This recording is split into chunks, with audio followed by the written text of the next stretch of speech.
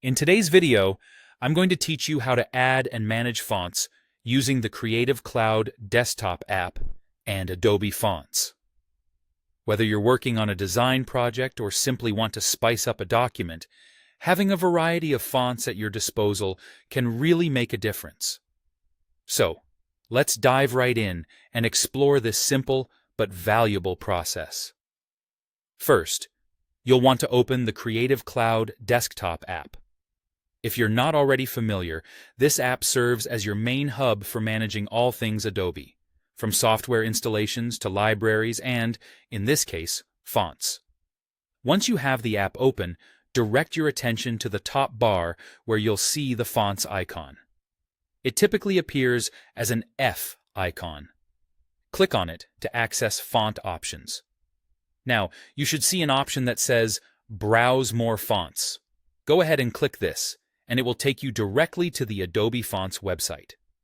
This site hosts a vast library of fonts that are available to Creative Cloud users. It's worth taking a moment to familiarize yourself with the layout, as you'll find a myriad of font families and styles to peruse.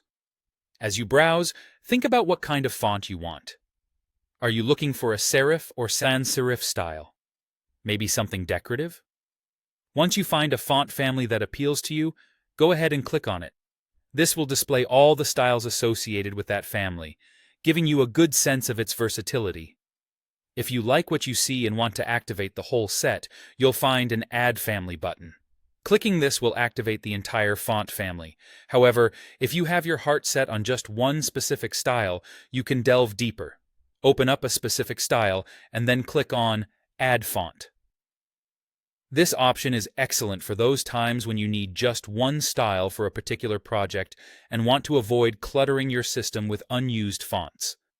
After you've selected and activated your desired fonts, give it a moment. It typically takes about a minute for the font to sync. Once it's done, the font should appear in your font list within Creative Cloud. Furthermore, depending on your setup, it may also show up in your system's font menu, making it easy to use across all your applications. And there you have it, folks. In just a few quick steps, you've expanded your creative toolbox with some fantastic fonts that can really elevate your next project. I hope this guide was helpful, and if you have any other Adobe-related topics you'd like me to explore, feel free to let me know. Thanks for watching, and happy designing.